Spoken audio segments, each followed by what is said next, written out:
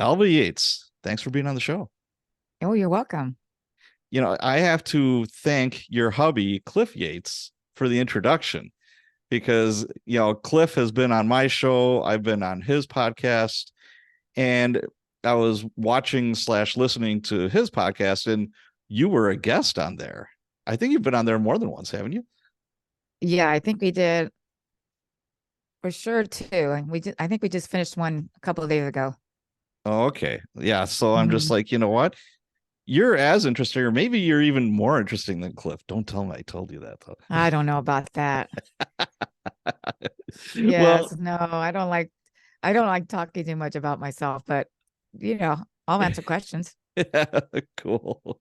Yep. All right. So, first question, I got to ask you, how did you wind up in LA? It seems like nobody's from LA originally, but people wind up there. How did that happen? Oh, well, let's see.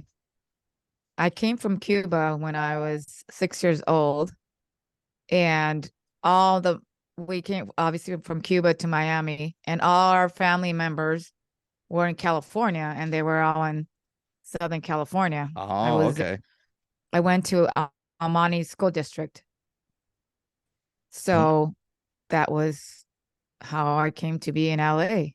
Okay, gotcha. Now, you were born in Cuba. You were there till you were 6. Do you have many like childhood memories of Cuba? I do have a few childhood memories. Let's see, I do remember going to the beaches, and the beaches were very white, powdery Mm, sand, like that. clear water. You just see through. And I just remember just sitting in the water and just enjoying my time, myself. It was everybody would be just sitting in the water because there wasn't that many waves, so it's nice and Mm. clear where you can just sit there and relax and not drown. Yeah, Because yeah. there was no waves. I could see just kids. I didn't know how to swim. I just was out there just sitting there and enjoying the. What'd your mom and dad do? Like for a living when you were in Cuba? Let's see. My dad was in the military, and he was a telephone operator. That's what he did. Okay. And then my mom was I guess she was a seamstress, tailor seamstress sewing. hmm Okay. So how did your mom and dad and how you said you just had brothers, right? Or Oh, I no, I have all sisters, two older oh, sisters. That's it. okay. But So I you have all sons. I had three oh, sons, that's and right. Yeah, yeah, I only had sisters, but then I only have sons. yeah. Yep. Yep. So how is it? How did your dad get everybody over to America? How difficult was that, or what did that look like? Well, most all of his siblings were in California, so that's how he was able to get to come to California because they sponsored him. So I guess they have to be sponsored by somebody, a family member that's already in the United States, and then he had to like sign up with the government to want to go to America. And then once you sign up, I'm not sure if this is all correct, but Yeah. you pretty much give up everything once you leave. You leave everything behind. You leave your house behind. You only take whatever's in your suitcase back. You know, that's it. Not much. Yeah, I But we were inter happy to leave. I mean, my dad was just happy to leave communism. sure. There's no freedom there. No I freedom of speech. Yeah, I interviewed Rick Prado. He is a former Mm. CIA officer, and Oh, yes. I yeah, he think I was read about him. hmm yeah, yeah. He wrote a book. It was a boy, you know what? I should have that, but I'll I put the think I link. read his book. I very interesting. Yeah, He was a Shadow CIA Warrior. agent. Yes, yeah, Yes, very interesting. yeah. Yes. I think he was a little bit older than you, but hmm when he was a kid in Cuba, his dad owned some kind of shop, and that's when Castro overthrew the government. Right. And what happened was he was slated to like go to Moscow, because he Oh, had a very high IQ, and a family member is like, yeah, they're going to take him and he's going to, be going off to Russia. for like Oh, re-education or something like oh that. my And you gosh. can't The do anything father about it. was No, his father or his no, he was Rick. as a kid. So Oh, his father found out and he mm, says, well, we got to get him to America. okay. So he wound up going to America by himself. He was like 9 or 10 years old. He didn't speak a lick of English. He wound up in an Oh, orphanage in Pueblo, Colorado. And he yeah, didn't I think get, I know. yeah, he didn't The, get reunited with his parents for 2 years. They wound up in Miami, like a lot of Cuban immigrants wind up. yeah, And he spent 2 years. He might as well have landed on Mars. It right, just. But he was talking about how, like what you were saying, they take all your worldly possessions. That's what happened to his family. right. They even Oh, took it yes. like his mom's shoes. They took everything. Whatever they want. If they liked something that you had, they would just take it. You could be in the airport just checking, they'd check your bags. I do remember when my mom had to open up the suitcase and if they saw something they wanted, they just took it. It's mind boggling, to think, in a modern society that could even happen. But, Oh, and that's yeah. a big reason why, like, speaking with Rick and speaking with you, some of the biggest American patriots are Cuban immigrants because they know what communism was like and they know what an oppressive government could, Yep, living that's under that could be correct. like. Hmm. So, Yep. I admire you and I admire Rick so much because, it's like you go through all that, and in today's culture, it kind of gets whitewashed and people don't understand the evil that's out there. Yes, And I don't like talking about politics all that much, but boy, that just gets my dander up. It's like people don't realize how horrible that could be. it is. No, I mean, when you just talk about it, I just get the chills just because thinking about Cuba and America and how I'm just so happy I'm here. Yes, absolutely. So, have you gone Mhm. back to Cuba?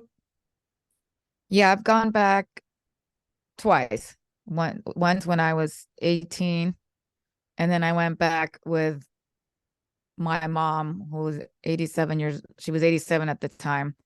So I went back with her, and that's another story in itself. So which we did a podcast on Okay. the trip to Yeah. Cuba with my mom, who had Well, dementia oh geez. Oh boy. at the time. Yes. Oh Hmm. boy. So, did you ever want to like take your kids back and kind of show them what it was like? Do Um, you have an inclination to well, do my that, or do my they? my middle son went there Okay. twice. He went with my older sister, and Oh, he loved it. Hmm. okay. Oh, he's proud to be a Cuban, Yeah, Cuban American. Hmm. absolutely. Yes. Absolutely. It's funny. It's like, you're talking about taking your 87-year-old mom with dementia, on a long trip like that. My grandma I'm an Irish immigrant. Both my parents are from Ireland. I was born in Yes. Chicago, but both my parents were born in Ireland. And my mom came over when she was like 12 or 13 with her parents. My dad came over when he was 18. He just his his mom was dying of cancer and he just flew to America Right. after my mom, but that's another story too. Oh, yeah. But my grandma, my mom's mom, she had never been on an airplane. They always took a boat. They landed. Ellis Island was closed that day in New York. Otherwise, they would have landed on Ellis Island. So she was Oh, scared to okay. death of airplanes. She turned Oh my 80 gosh. and she's like, you know what? Her sisters were still in Ireland. And she says, I want to see him before we all die. So Right. she literally hopped on an airplane and flew to Ireland by herself, Oh. which is Oh. amazing to me. That's Wow. By pretty, herself. Yeah. yes, that's a gutsy move. That is. I'm sure there were some rosary beads out and there was a lot of praying Yes. on takeoff and landing. There's no doubt about that. Yes. So, Absolutely.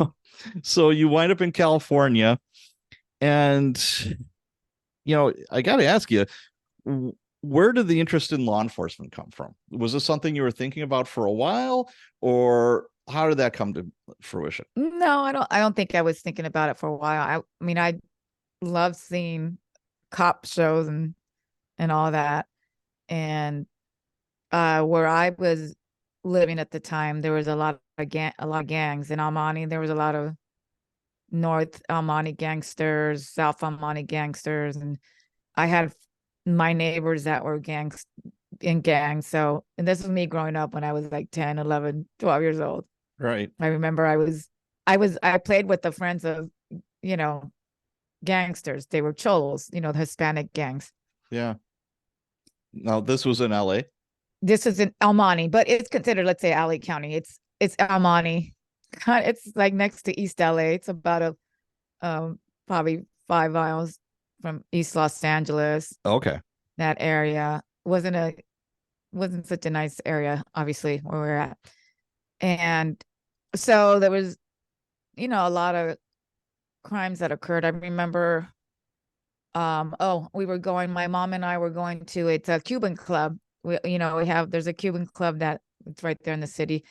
And we had parked at a parking lot and there was hardly anybody there. And I remember somebody had tapped at her window and she rolled her window down and this gangster Joel snatched her purse. And then I just got out of the car and ran after him. Okay. And that was like, I always thought about that. I just ran after him because I was so mad that someone could do that. And I didn't even think about twice what, something bad could happen to you. Dangerous or not. Right. I was just so mad. I wanted to get him. Didn't catch him though. Okay. But it's in your blood. But I at can least tell. it's in my blood. And then my dad is in the military, so also that's a military background. Yeah. Very disciplined. Yeah. Yeah. So what did your dad do when he came to America? What was his job? Oh, he had to work in a factory, hard labor. Yeah. He worked it's a carpet factory. Oh, geez. So, okay. Yeah. Mm-hmm. All right. So did you have any relatives in law enforcement? No, I think I would be the first law enforcement Okay.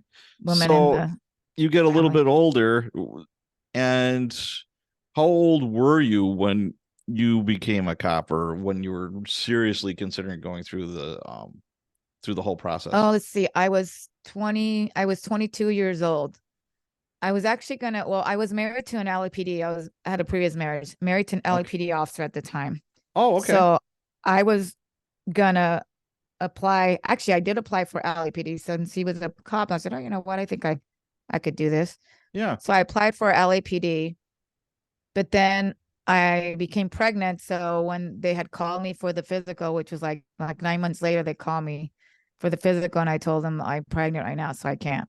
Right. Can do it. So then I decided. So then my husband at the time, my ex-husband says, you know what? Don't apply for LAPD. If you're going to apply for an agency, he actually said to apply for the sheriff's department, that there would be a more diversified, more places that you can go to. Okay. Because the city of LA is just a city, one city. In Los Angeles County, you can go anywhere in the county. Sure. So he actually was the one that turned me into like, well, if you're going to apply anywhere, don't apply for LAPD. Okay. Or maybe he just didn't want me to work near him. No. So where were you in life when you got on the sheriff's department? Like, how many kids did you have? Were you still married to the LAPD guy, or what did that look like? Well, let's see. I just had a baby. Yeah. Okay. I just had a baby. I had my firstborn. And at the time we were having some problems. My ex-husband, well, apparently he wanted a separation. Okay. And I just had a baby. After you just had a baby. Oh my gosh. Yes. And he's like, oh, I don't, I need some time alone, something like that. And you could have thought of that before, but right. Okay. So then I was thinking, what am I going to do with myself now? So I'm already thinking what I need. Right. If I'm going to be a single mom, I need to, take care of my son. So I'm always thinking ahead. And so I decided, you know what? I was actually looking. I literally looking through the phone book, and there was like the LA Sheriff's, recruitment on the yellow pages. Okay. And there was a number of probably 1-800 deputy, the same number they still have. And I called that number, and then from there it all started. I called that number, and then they just gave me everything I needed to do, and it was one step at a time. First taking the written test, and then that same time taking the physical agility test. At that time, it was all at once. If you Oh, pass the okay. written exam, if you pass the written exam, I think the following week you come back and you take the physical agility test, and then if you pass that, then you go on. Then they give you a background investigator and all that. So within a year, I was hired. Wow. By the time I put the application in, within a year I was hired. Yes, and Yeah. and I was going through the academy when my son was just turning a year old because Oh, he was born in wow. September, and I got hired in September. I went into the academy in September, so I was having his first birthday party and going through the academy. Oh my gosh. That's So I did. Yeah. So I'm the event planner. yeah. So I did the birthday party while I was going through the academy and the whole, yeah, studying. So that's how that began. Oh my gosh. You know, going through the academy is stressful enough. I can't even Yes. imagine with a 1 year old. Oh my God. Did you have any like support network? Was family helpful or Thank goodness I did.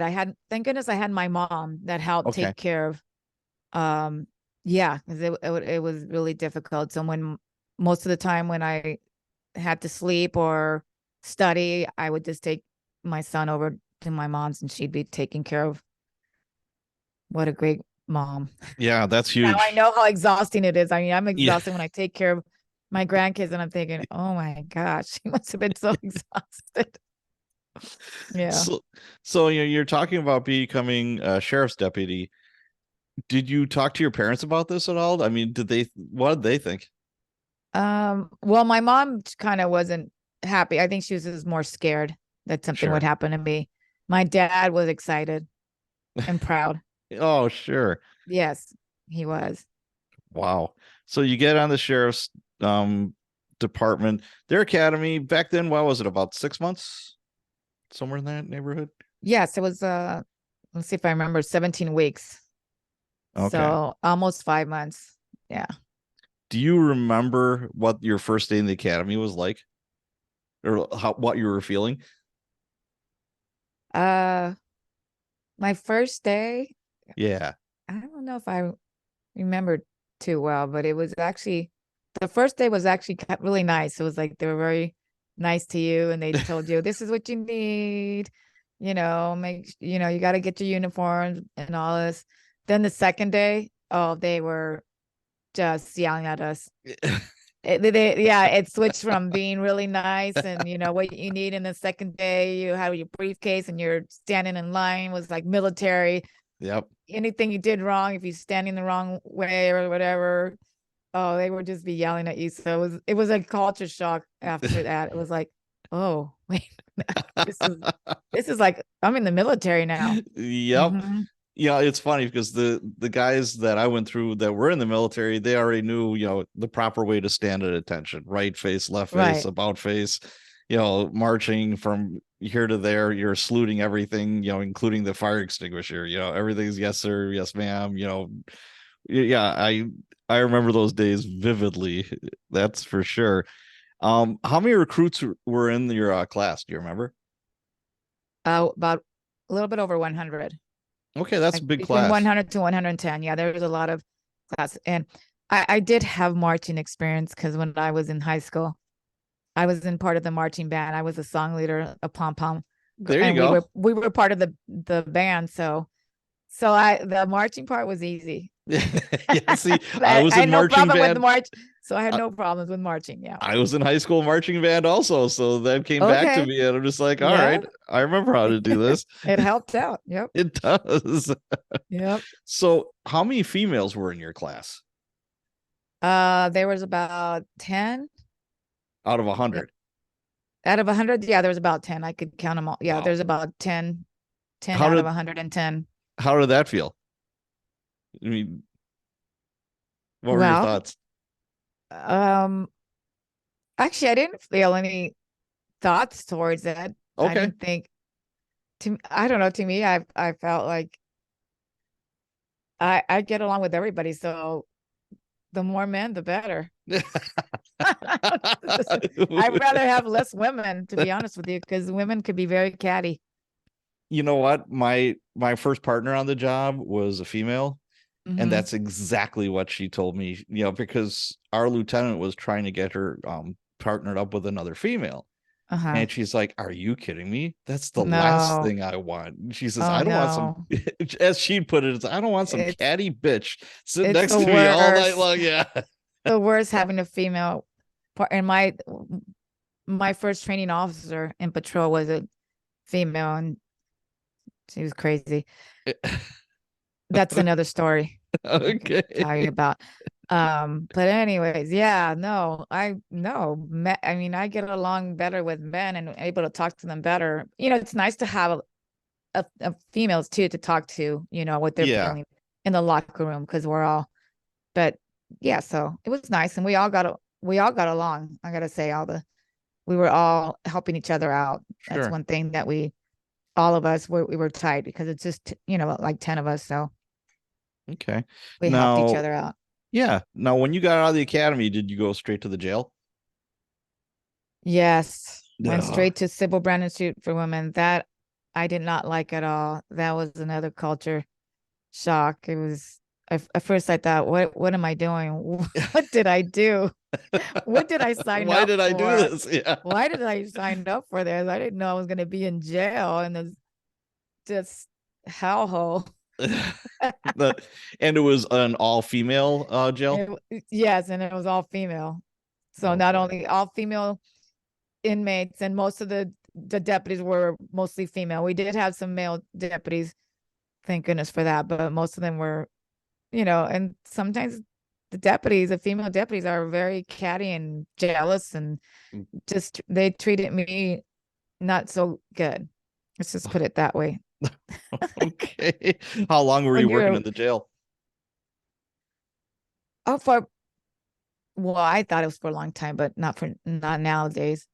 I was there for almost 3 years. Yeah, Okay. like two Well, years and 9 months. well, that's long enough, right?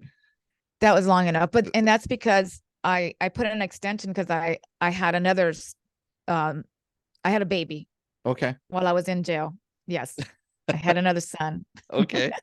Jail baby. I had a jail baby. There was a lot of, believe me, there was something in the water. There was at least a dozen or more pregnant women during my pregnancy.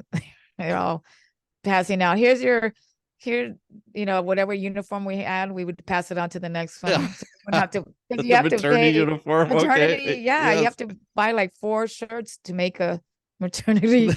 Oh, jeez. So we'd pass it along. Here, how you now you're pregnant. Here, have mine now. You can wear my So shirt. when you're pregnant, did they modify your duty as far as like, your contact with the inmates? Yeah, they try to put you where you don't have to have contact with the inmates. Mhm. So usually there's like the main control, which is it's all glassed up, and you're in charge of opening up all the gates through for the inmates, the deputies, and everybody that comes through.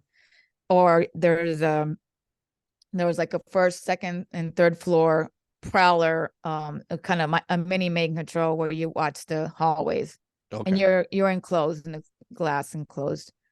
So you just have to push the buttons to open the gates and close the gates. So that Okay. was basically, there was not too many um jobs for, Gotcha. yeah. So you get out of jail, you get your jail out, get out of jail Get a jail card. card. Yes. Free, not We're free. I well, paid for not it. free. You earned it. You earned it. You I got earned it. paroled. Yes. So what was your first assignment when you got out? Where did you go? Oh, my first assignment was Walnut Station. Walnut Okay. Station, yes. So And that was it. and Yeah. so that was patrol like on the street? Yep, that was patrol, and that's when I had my first female partner training officer. Okay. Yes. How was that? It was What did your field training interesting. look like? I didn't She was not a good training officer. She yelled at, she was a little she was insane. For Okay. reals, she was insane. Like what would she do? Do you have an example? Well, she had something where like when I was writing report, we had to write the reports inside the car. Like we never had time to, if you get a call and you have to write a burglary report or whatever report, Mhm. you're in the car while she's driving and writing the report. And then at night, we're working nights, so we had a little night lamp, little night, and so I would be using that, and then she would just slap that lamp, like, don't be putting that lamp in front of me. I can't see anything. And she's like, and then I'm like, well, how am I going to write the reports? Right. So I was like, I never knew when I was like on eggshells. I never knew what to do. It's like, Oh, then she goes, are you writing the report? And then oh my gosh, now I have to write the report and I need to use the lamp. And if I use the lamp and if it's too much in her face, she's going to go off on me. She's, but I think really she was bipolar. I'm okay. pretty sure. Because she did How tell me that she had, I don't know, she had said that she had her mom was a little bit on the crazy side. Excuse me. I think I need to get gotcha. some water. Yeah. Do you want some water? Go ahead. Yeah, I'll be Yeah, right go back. ahead. I thought I had my water with.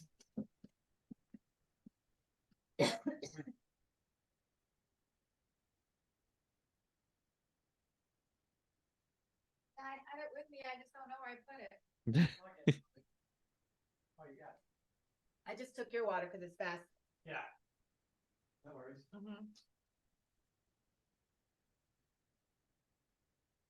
Okay. All righty then. All right, I'm back. Okay, we were talking about the You're training crazy. officer. You're crazy training officer. How Yes, and how long were you with her?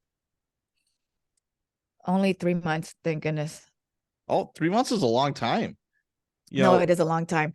I think it's like usually you go 3 months with one training officer, then you switch and you go like the last 3 months with another training officer. wow. See, for us, you do 6 weeks with Yeah. one training officer on a specific shift, and then you would switch shifts and training officers for the next six Oh, weeks. okay. Well, it felt like 3 months. Who knows? Maybe it was 6 weeks and it just felt like 3 months to me. Okay. So you get on you're talking about writing reports. Were those handwritten with like carbon paper? Yes. Oh yeah. There's no carbon paper. You have to erase it. See, we use carbon paper No. and There was white out and green out and yellow out and you might have to redo the whole thing over again. It was just paper and everything was done in pencil. oh, and And pencil. Okay. We were yeah, we did required to do it everything. in ink. Oh wow. And if you made a mistake, White out. You're you're using liquid yours paper. is You're even using worse. yeah. Yeah, Oh we yeah. at least we got to erase it, but sometimes they would use red ink. So if they use Oh yeah. red ink, you'd have to do it all over again and get another piece of paper and redo everything. Yeah. I had a But luckily, sergeant she one. wasn't that mean to me. I had a sergeant one time on day shift. I was working late shift, and we called him Sergeant Cigar because he was always smoking a cigar. And Oh, you okay. when he was the acting lieutenant, you have to go in there and get your report signed from him. You had an arrest or whatever, Oh, okay. and he'd take out his lighter and he'd set your report on fire in Oh front my of you. gosh. Oh, Looking back, it's funny. It was not funny back that's then not because fun. Yeah, it's funny, but it's not funny. You're right. Oh my gosh. Oh, that brings me back to like the crazy training officer. okay, So we had pulled somebody over. It was a guy and a girl. And the guy had been drinking. We pulled him over, and then apparently as he got out of I guess he ran from us. And okay, then the girls was there. And then so then I see my training officer running after him. And then I'm thinking, wait a minute, we're not supposed to separate, but it's like, and she's like, stay right here with the girl. And I'm like, so now I'm thinking she's all by herself and it's dark. right, She's going through these apartments. So I thought already she's crazy, you know? So then well, anyway, she went to run, and then I was talking to the girl and I handcuffed her and yeah, was asking her questions. So I had handcuffed her, asking her questions. So as soon as I handcuffed her, I knew that I thought this will probably bring the boyfriend back. Right. So then the boyfriend did come back. So then, here comes my training officer then we're just talking to her. And then the boyfriend came back, you know, because of course it's like, no, so the girlfriend's being handcuffed. See the little stuff that you learn when you're not. I thought if she didn't have to run after this guy, all he had Right. to do is just Just and handcuff the girl. handcuff this girl, and she's going to, she thinks she's going to jail, and then he's like, oh, I better come out. And so, anyways, Well, that was just stupid. I mean, I just like for her being my training officer, that's not what you do. You just right. don't like go by yourself. Sure, Who sure. knows if he had a gun on him or we, Oh he yeah. never even searched. He just runs and she's on her own. And I'm like, okay, Yeah. yeah. So you get some time on the street now. You were in that department. That's Do they call them precincts or district stations or what do they call them? They just call it patrol stations. Patrol stations. Yeah, Okay. field. Yep, they were So like region one. There was like we had several regions. We had okay. 3 regions because Los Angeles County is a big department. They might have been like 2 cities that we also patrolled in one of the Okay. regions. But anyways, yeah, it's patrol. We call it Okay. patrol. So you're getting your feet wet, you're gaining experience. What do you think was some of the more difficult or challenging parts of the job when you were working on the street? Oh, From the the most citizens and from the difficult. cops and from other deputies. I think the most difficult part was dealing with domestic violence issues, domestic violence calls, Okay. because those were always volatile. You never knew what was going to happen with it. I was, yeah, if time I caught a call for, we have a domestic violence, somebody, beat up somebody. And then it's just, yeah. And if you're by yourself and there's 2 people involved, it's, yeah. Yeah, that can That turn that was ugly when I used really to get a call. fast. Well, usually they have 2 people, they usually Yeah, have at least 2 go to the call. absolutely. But, if you're like the first one to get there, Yeah, which that's that true. happened to me once, and it's like there's 2, and one guy runs out and like, oh, I can't get. Oh no, the guy wasn't there anymore, and then all of a sudden the Mhm. guy came back. I'm like, Yeah, he oh mysteriously no. appears. I was Yeah, talking to, exactly. yeah, I was talking to Yeah. the girl, like, oh, he's gone, and then all of a sudden here he comes to the door, and I'm like, oh my gosh. So it's just, yeah, that's just those are the ones that Okay. yeah, How about yeah. dealing with other sheriff's deputies, other deputies? Was there any like difficulties or problems with them? Uh, I see well, a of smile. I see a course, yeah, smile. Yeah. of course there is, and in it depends, yeah. I mean, I think I got along pretty well. Most of the male deputies respect me, but then once in a while, there's always one that didn't like females or something. Or I had one guy that would pick on me all the time. I don't know why. Hmm. But he wasn't. He was the watch deputy, so he would send calls to you. Oh, So he okay. would send me some calls like, why didn't he send it to this other deputy? Why am I getting all these crappy calls? Yeah, yeah. Why am I getting the garbage Yeah. assignments? So and Yeah. I'm like, I don't know if he just didn't like me or because I'm a female, and then he just Yeah. wants to give me all these calls to see how I handle it. Yeah. Interesting. So hmm you're doing that for a while. Then you wound up at West Hollywood, correct? Yes, I did. Okay. What was that like? Oh, that was interesting. Yeah. It was we were on a 3/12 schedule, which is actually I did like. We worked 3 12-hour days, Okay. and then we had 4 days off, and then we'd make up one of the 8 hours during the week. All right. And I worked, yeah, I actually enjoyed working there. I loved going up Sunset Boulevard and Yeah.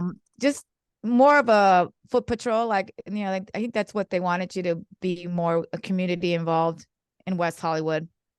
Okay. Because yeah, we were, the mayor there wanted us to be more community, involved and get out Yeah. and get to know the patrons. And Sure. so it was nice. And I got to see a lot of movie stars. Like I got to see Cameron Diaz when we go had breakfast at on Melrose. She Oh, would be cool. in line, getting Okay. her coffee. And then I also got to see Rob. Oh my God, is it Woods? Robert Woods, Hmm. movie star. Yeah, he was coffee shop, of course. They're all that's where we go. We go have coffee, and that's where we see. Yeah. Yeah, the You movie ever chat stars them and up? shit. You ever talk to any of these big stars? I just I well on that camera dates, I didn't feel like you can kind of tell if they don't want to talk or not. So Sure. Sure. yeah, but Robert Woods, I did. I said hi, how are you? And he actually said hi to Okay. me, and so he was very nice. He's very pro cop, I could tell. And then who else did I see? I think I was working overtime on Sunset Strip because there was always movie jobs out there. Yeah. They were doing movies, and oh my gosh, what's his name? Beneducci from the Partridge Family. Danny, is it Danny? Danny, Yeah. Yeah. Danny Yeah. Beneducci from the Partridge Family. He was just walking to go to a bar, a hotel or standard Yeah. bar. So got to see him. But yeah, we had a little bit of everything there. We had, I remember Cliff and I were working overtime at one of the bars of the Key Club. It was called the Key Club. And they had overtime because, they thought there was going to be some trouble. They had Yeah. some kind of concert, some kind of band in the Key Club where they have music. And well, lo and behold, all of a sudden we hear gunshots from afar, and not it wasn't Okay. from. But then all of a sudden, everybody started to bolt out the Key Club. Yeah. Everybody's running out. It was chaos everywhere. People were running out. We were like, "What is going on?" And so apparently there was a shooting in there, and then there was a shooting up the hill. It was just we were just like, Cliff and I got in the car to see if because where we heard the shooting, and then we saw a fire truck up ahead. So it's just let's just say that they closed that Key Club after that night. They didn't. They closed it up. Yeah, Okay. they said that was it Now, for that. here you are, you're around Hollywood and all the glitz and glamour and, movie stars and all that. Did you get bit by the bug? Did you ever want to go into entertainment? Oh, I did. Yeah, I did for a while, and I don't know if it Okay. was because when I met Cliff, he was actually taking acting classes. He was Okay. doing comedy and taking acting classes, and I thought, oh, that sounds kind of interesting.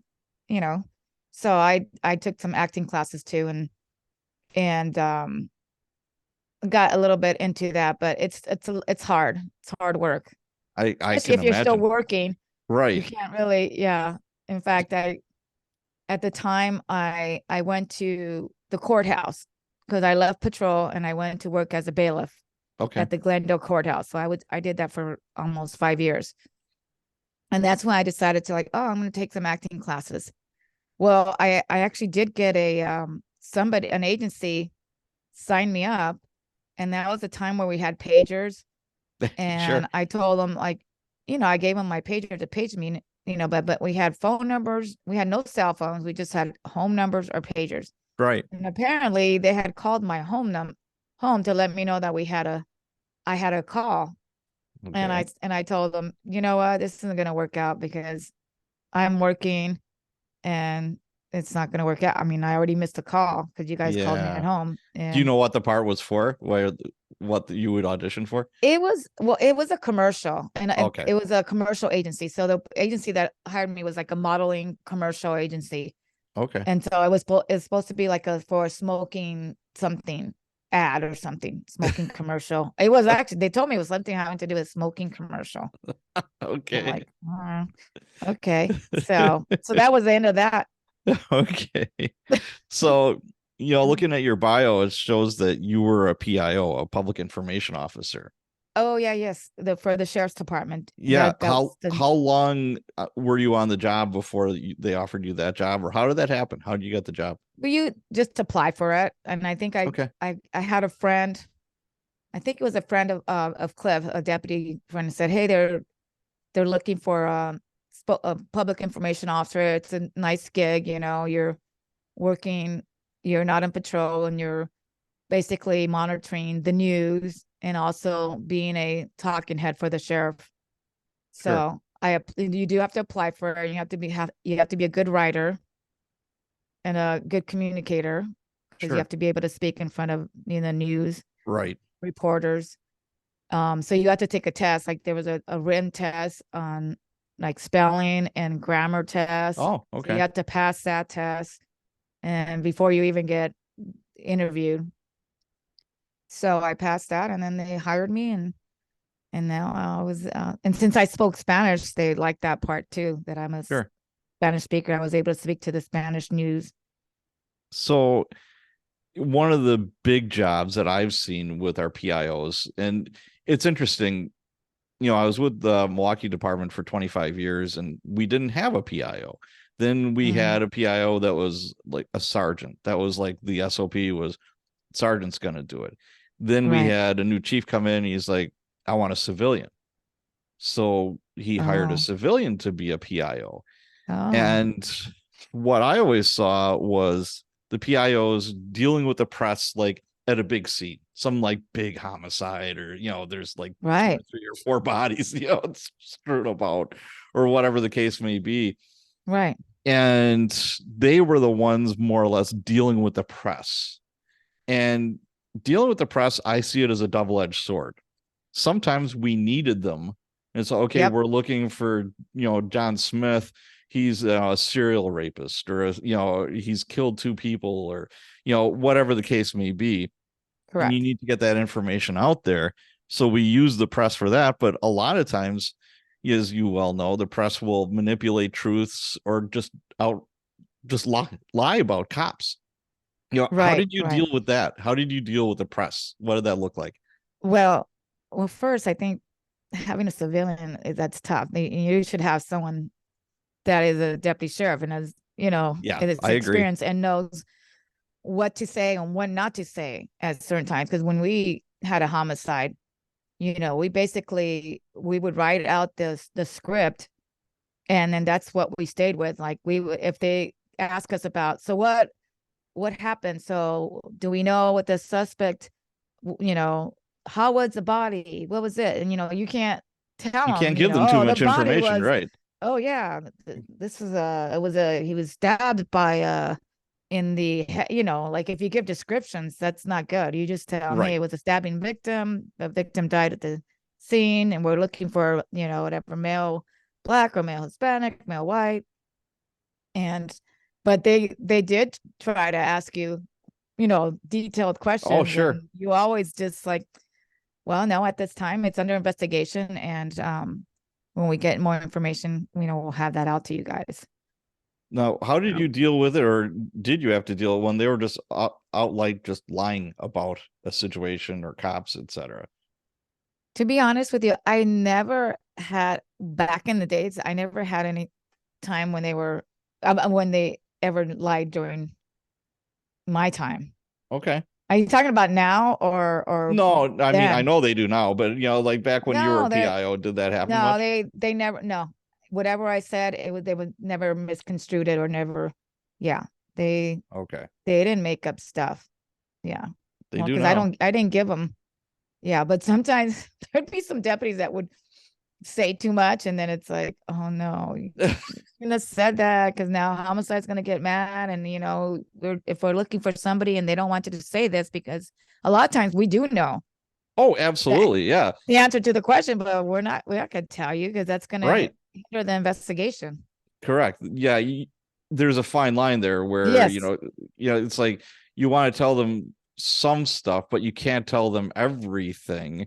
right. And, like I said, it's a fine line. And it's funny because the same police chief that hired the civilian, who did a very good job, she was a reporter for years and she was very, very pro Oh, police.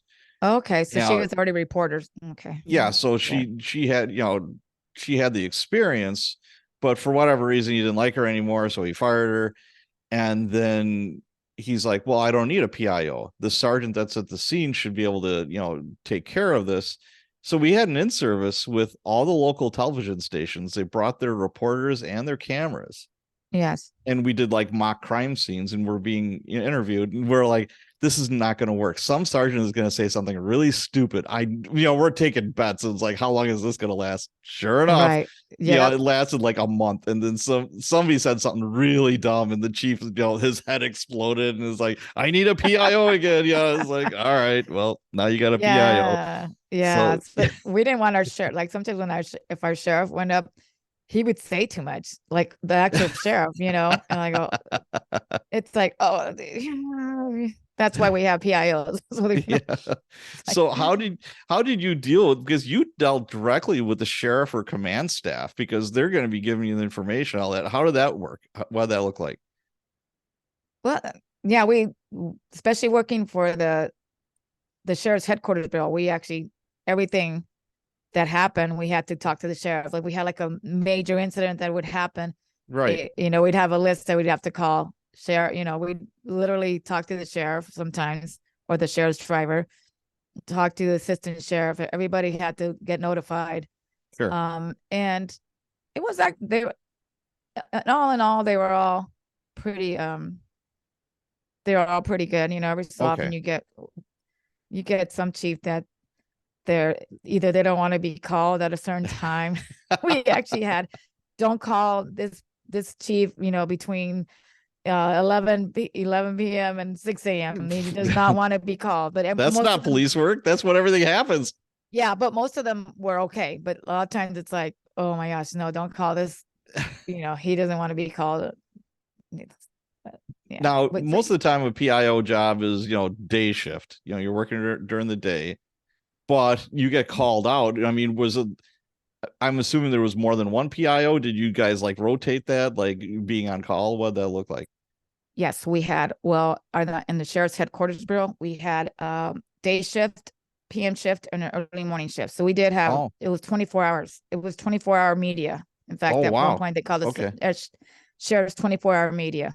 So we're there 24 hours. They would be calling us the news, Oh, and we had to monitor all the news channels. And just in case anything happened with the sheriff's department, any news, we right. make sure we jot it down. And then we'd videotape it at the end of the night. We'd videotape it and then show, and the sheriff would get a video of everything that's happened. And if it was a big incident and breaking news, we might call and say, hey, we had this is an incident that just happened. Mm, We call the top 5, let them know that, okay. especially if there was like a deputy involved shooting, that Oh, was like a sure. big thing. Yeah, which I happened to, unfortunately, I happened to be there for at least 3 or 4 Okay. deputy involved shooting. I mean, they ended up dying. Oh boy. So it was very sad. Yeah, Yeah. at least 3 or 4 that I had to deal with on the news. Ugh, Yeah, that's terrible. and being going to the scene. Yeah. Yeah, Ugh, yeah. yikes. Mm-hmm. So let's talk about something more cheerful. Your husband, Cliff. How did Yay! you guys meet? Oh well, let's see. So we met at work. I was the first time. Okay, so the first time that I saw him, um, I was pregnant, and that's when I first met him. And I thought, this guy is like the most friendliest deputy I've ever. He was just always He's saying got that hi. personality. He does. He Yeah, does. like he's just like, wow, this is like the most cheerful, friendliest deputy I've ever seen. Because a lot of deputies they're not like him. They're very Sure. serious, and he was just funny and friendly. And then how did we? Let's see. So who So asked who out first? Let me ask you see, that. so I don't know how this happened. Let's see. Oh, I think there was, because I already had my third son. So there was a transfer, some kind of transfer party, or someone was either going to patrol or leaving to go Mhm. to another station, or it was like, so deputies get together and they go drinking. Absolutely. And then I think that's how So how we both went there, and then we both started talking, and then I think that's where we got to know each other, and it was like, I guess going out, yeah, he might have asked me like, you want to go to coffee, go have lunch. Yeah. Did he dazzle you with his juggling? No, he did not. He did not. Okay. No, All he right. absolutely did it. So But he did tell me about it. He did tell me about, he had tried to impress me with, oh, I used to own a unicycle and I used to juggle. Yes. And I go, wow, very interesting. so were you guys were working in the same patrol district, the same At the, area when what you did it were say? started dating? Well,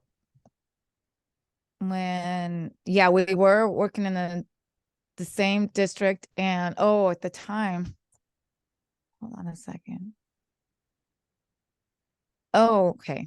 Anyways, no. By the way, my training officer, they dated. Oh, The the crazy crazy one? training officer, yeah. I did not know that until I met Cliff, and then he had told me, "Oh yeah, we dated her," and then he's the one that told me that she's crazy. Telling you stuff you Yeah, already she's knew. crazy. Yeah, So, yeah. in the Cops and Writers Facebook group that I run, a Hmm. lot of people ask, are there rules against dating other cops? Obviously, there really isn't. Did you kind of keep it a No, secret though? no, No? Okay. no. I well, no, we didn't. We Were didn't you keep it a both secret. deputies or was Cliff a sergeant by then? No, we're both deputies Okay. at the Good. time. Yeah. Because if he was a sergeant, that might be kind of frowned upon. We're moved up to design. And then what happened? I actually had gone to Glendale Court Services. So I no longer, when we first got together, it was actually, I was leaving. Um, I kind of had a small little get together because I was Mm, transferring to another unit to the court services. gotcha. So he happened to come there, a few other people, and he happened to come there. And that's when we first got Uh, to, know each other. And then I told him I was going to Glendale. So then I didn't hear from him for a while, and then I get a call when I was working at the one of the courts. I mean, he called one of the courts where I was working, and he asked me to lunch, and that's when it happened. He asked me if we want to oh, have lunch, and then he okay. came to Glendale, and then he told me that he moved to Glendale. Okay. He Okay. got an apartment in Glendale. I was like, oh wow, that's kind of interesting. He moved just to get closer to me. No, Aw. no, no, Aw. I don't know. That's not why it happened. Yeah. I think because he was trying to get into the acting business. So that was Okay. closer to all Gotcha. the, yeah, to Hollywood Sure. studios. Hmm. So, looking back on all of this, you know, you mentioned you have three boys. One of them is a sheriff's deputy in LA, correct? I have two of them. Two. Oh What? boy. Yeah. My oldest one is a sheriff's deputy. He's at Twin Towers. And then my middle one is a deputy, and he's a little further away. He's like near Valencia, Magic Mountain. Okay. Yeah. What Hmm. does the other one do? The other one, he works as a deckhand on yachts, Oh, is that private cool? yachts. Okay, yeah, Yes. yeah. I worked one of my cops that I supervised did that for a few years. He like traveled all over the globe. He was from South Yes. Africa and Oh. he wound up in Milwaukee because they would dock there every now and then. He's like, I really like it here. So Oh, nice. And he so became a police officer? yeah, he became Oh, a police officer. wonderful. He was in the military in South Africa.